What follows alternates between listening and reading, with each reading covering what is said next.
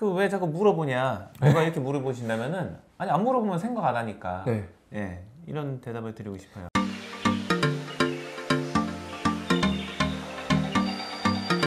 안녕하세요. 대치동영어학원 내부 고발자입니다. 오늘은 저희가 질문식 영어 교육에 대해서 이야기를 나눠볼 거예요. 백 원장님, 이 질문식 영어 교육이 대체 뭔가요? 어떤 거를 질문식 영어 교육이라고 할 수 있죠?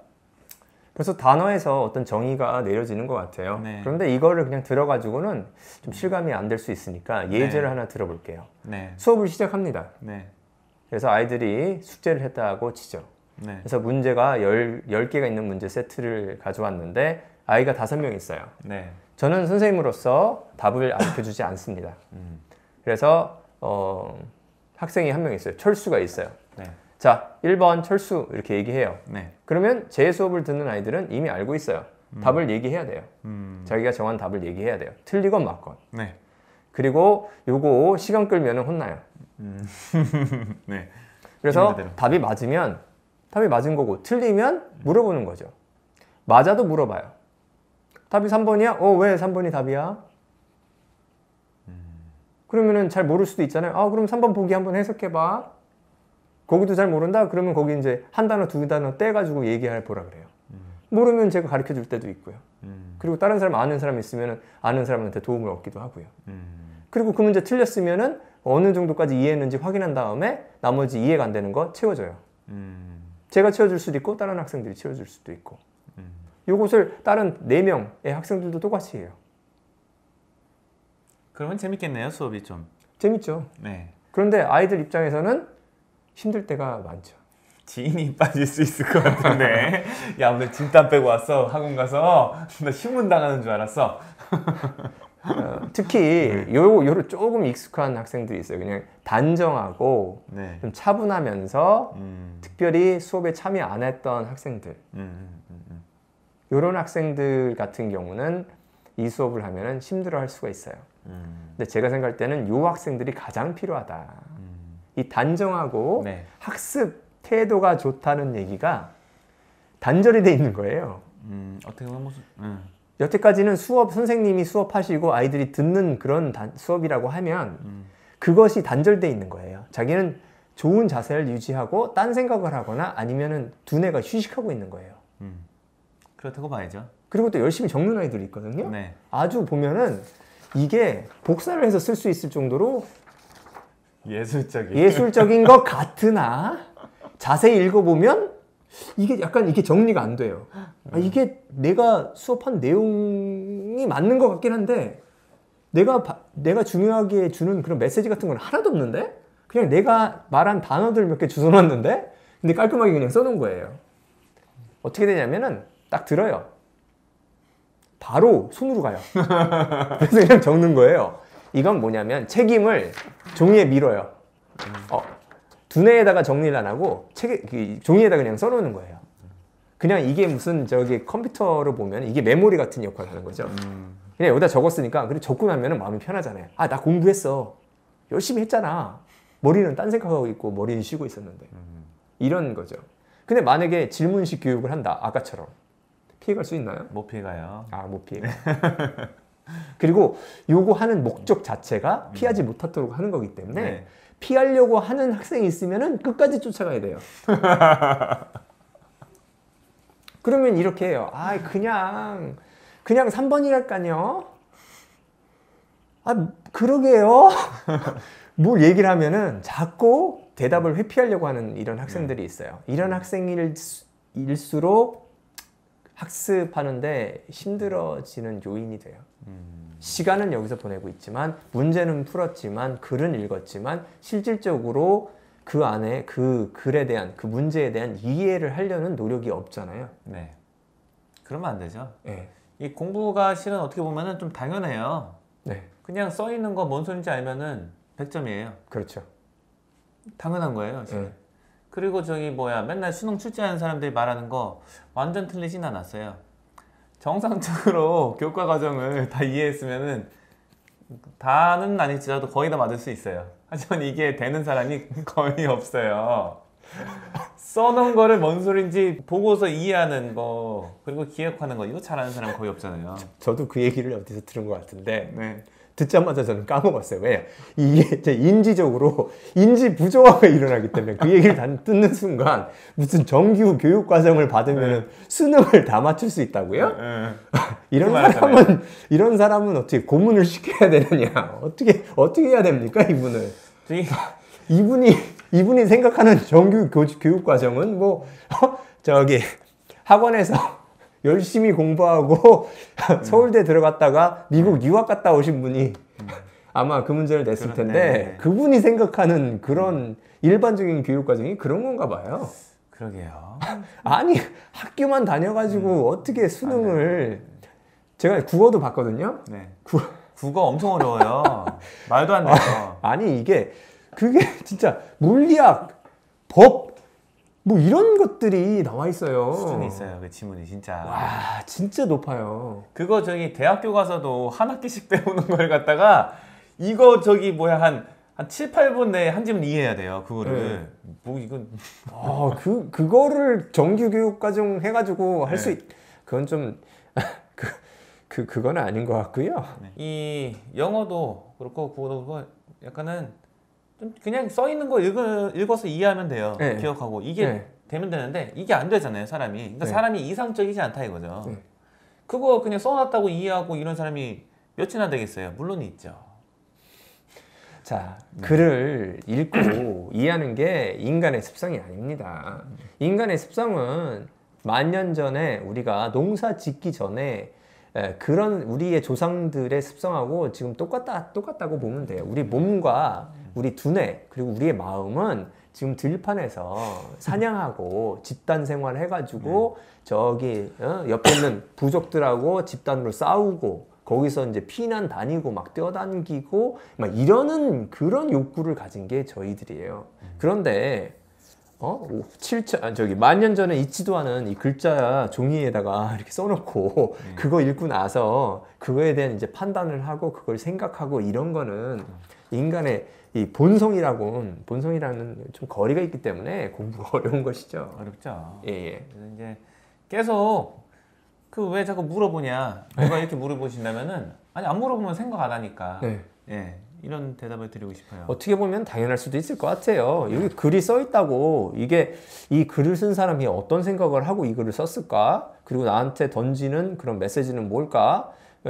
그리고 여기 있는 숨은 뜻이 뭘까? 이런 걸 생각한다는 게 그게 비정상인 것 같아요. 그렇죠? 그게 더 드물죠. 그게 이상한 거지. 그건 아이들이 결코 뭐 그냥 하고 그냥 쓱 읽고 그냥 가는 게 정상적인 거라고 볼 수 있고요. 그럼 저희 교육자의 입장에서는 어떻게 해야 됩니까? 그것을 생각할 수 있도록 자극을 줘야 되는 것이죠. 자극을 막 아이들한테 야 너희들 제대로 읽어 하면 애들은 뭐야 제대로 읽는다는 게 뭐야. 제가 지금 말씀드리는 거를 이렇게 설명을 해도 잘 이해가 안 돼요.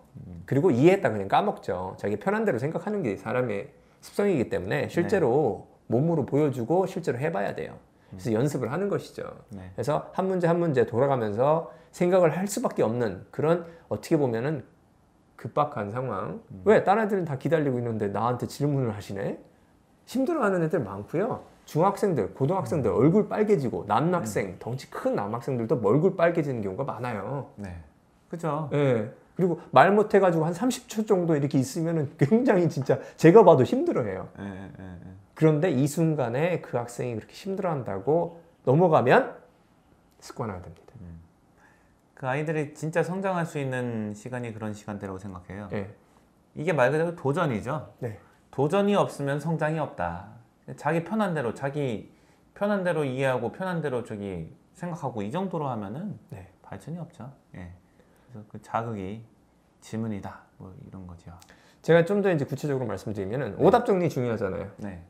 틀린 문제가 있으면 그 유사 문제나 그 틀린 문제가 미래에 나왔을 때 그게 어떤 건지 이해를 하고 그 문제를 맞추게 하는 게 오답 정리잖아요. 오답 정리를 혼자 하기도 어려운데 오답 정리 어떻게 되는지 잘 몰라요. 모르죠. 리딩 같은 경우는 정말로 오답 정리를 어떻게 해야 될지 모르는데 이것을 같이 해보는 거예요. 맞아요.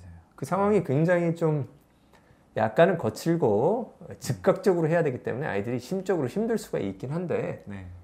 그 자극이 없으면 이게 또 발전이 없잖아요. 그래서 그 오답 정리를 수업 시간에 직접 아이들과 같이 실시간으로 한다고 생각하시면 돼요. 그러네요. 네.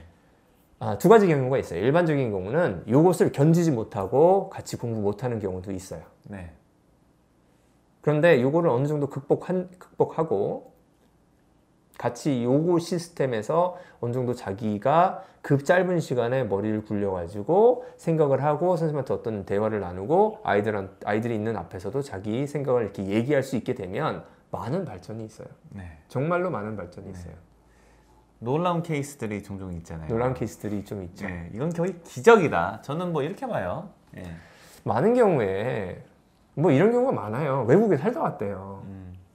미국에 살다 왔대요. 네. 영국에 살다 왔대요. 네. 그리고 국제학교 어디 외국에서 국제학교를 오래 다니고 네. 영어를 굉장히 잘해요. 프리토킹이 가능하고 네. 네. 그리고 어휘도 많이 알고 이런 감각적인 언어적인 감각이 뛰어나요. 네. 그런데 한국에 와서 시험 보면 시험 못 봐요. 네. 그러면 그런 애들도 있죠. 그럼 물어봐요. 왜 시험을 못 보냐? 이게 알고 싶대요. 음. 얘기를 해줘요. 몰라요. 전달이 안 돼요. 난 영어를 잘 하는데 왜 영어 시험을 못 보냐? 자꾸 이 얘기만 해요. 그러니까 커넥션이 만들어지지가 않아요. 얘기로는 안 돼요. 그럴 때 어떻게 하냐면 이거 하면 돼요. 자, 문제 던져주고 1번이 답인데 3번이라고 했어. 야, 3번이 왜 답인 것 같아? 그런 다음에 1번은 답이라고 알려주고 야, 1번이 왜 답이야? 얘기하라고 하면 얘기 못하는 경우가 많아요. 그렇죠. 네. 아, 그래? 알았어. 야, 오늘은 시간이 안 되지만은 그럼 다음 시간에 한 번 더 살펴보자. 숙제로 너 1번이 왜 답인지 그거 생각해가지고 와. 그러면 또 굉장히 괴로워해요.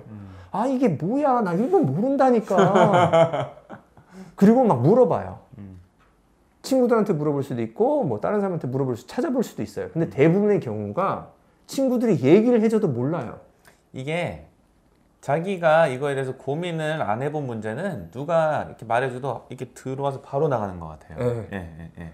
그래가지고 말하는 사람이나 저도 그런데요. 제가 얘기를 하면 저는 당연히 너무나 쉽게 다른 애들 다 이해한다고 하는 문제를 못 이해해요. 영어를 진짜 잘하는 애인데 이런 경우가 굉장히 많습니다. 그러면은 여기서 이 문제를 그냥 덮어두면 안 되고요. 네. 이 한 문제를 극복하기 위해서 다음 시간에 또 얘기해요. 얘기합니다. 이해가 돼요? 일반적으로 안 돼요.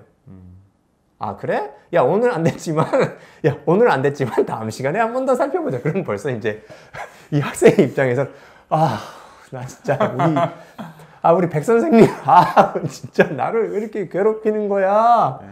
그리고 얘기하죠. 야, 시간이 좀 부족한 것 같아. 야, 토요일 날 와라. 수업 없는 날 한번 와가지고 우리 또 이거 얘기해보자. 아니면 언제 또 기회 있으면 좀 얘기를 나눠요. 얘기 나누면 일반적으로 해결이 바로 됩니까? 안 되는 경우가 많아요. 그러면은 저는 이 한 문제를 극복하는데 여러 시간이 걸리고 길게는 보름, 한 달 이렇게 걸릴 수도 있어요. 그런데 이 문제 한 번을 극복하고 나면 심리적으로 그리고 이렇게 문제를 보는 이런 눈이 머릿속에 이런 뉴런들의 이 커넥션이 만들어진다고 좀 믿어요. 실질적으로 그렇게 많이 봤으니까. 그렇죠. 저도 케이스가 하나 있는데요. 이 6학년 아이였어요. 영어 유치원부터 나왔어요. 네. 그러니까 이제 영어 유치원 하고 나서 영어 학원을 1학년부터 6학년까지 다 다닌 거예요. 네. 그럼 적어도 8년. 그러네요. 네, 8년 영어 배웠어요. 3인칭 단수 주어고 시제 현재면 동사 S 붙여라. 요거를 실제로 이 학생이 이해하도록 만드는 게 그 질문과 답변, 숨바꼭질이라고 하죠. 맞아요. 이걸로 학원 올 때마다 네. 해서 한 달 좀 넘으니까 거의 되더라고요. 이게 이 뜻이었어요?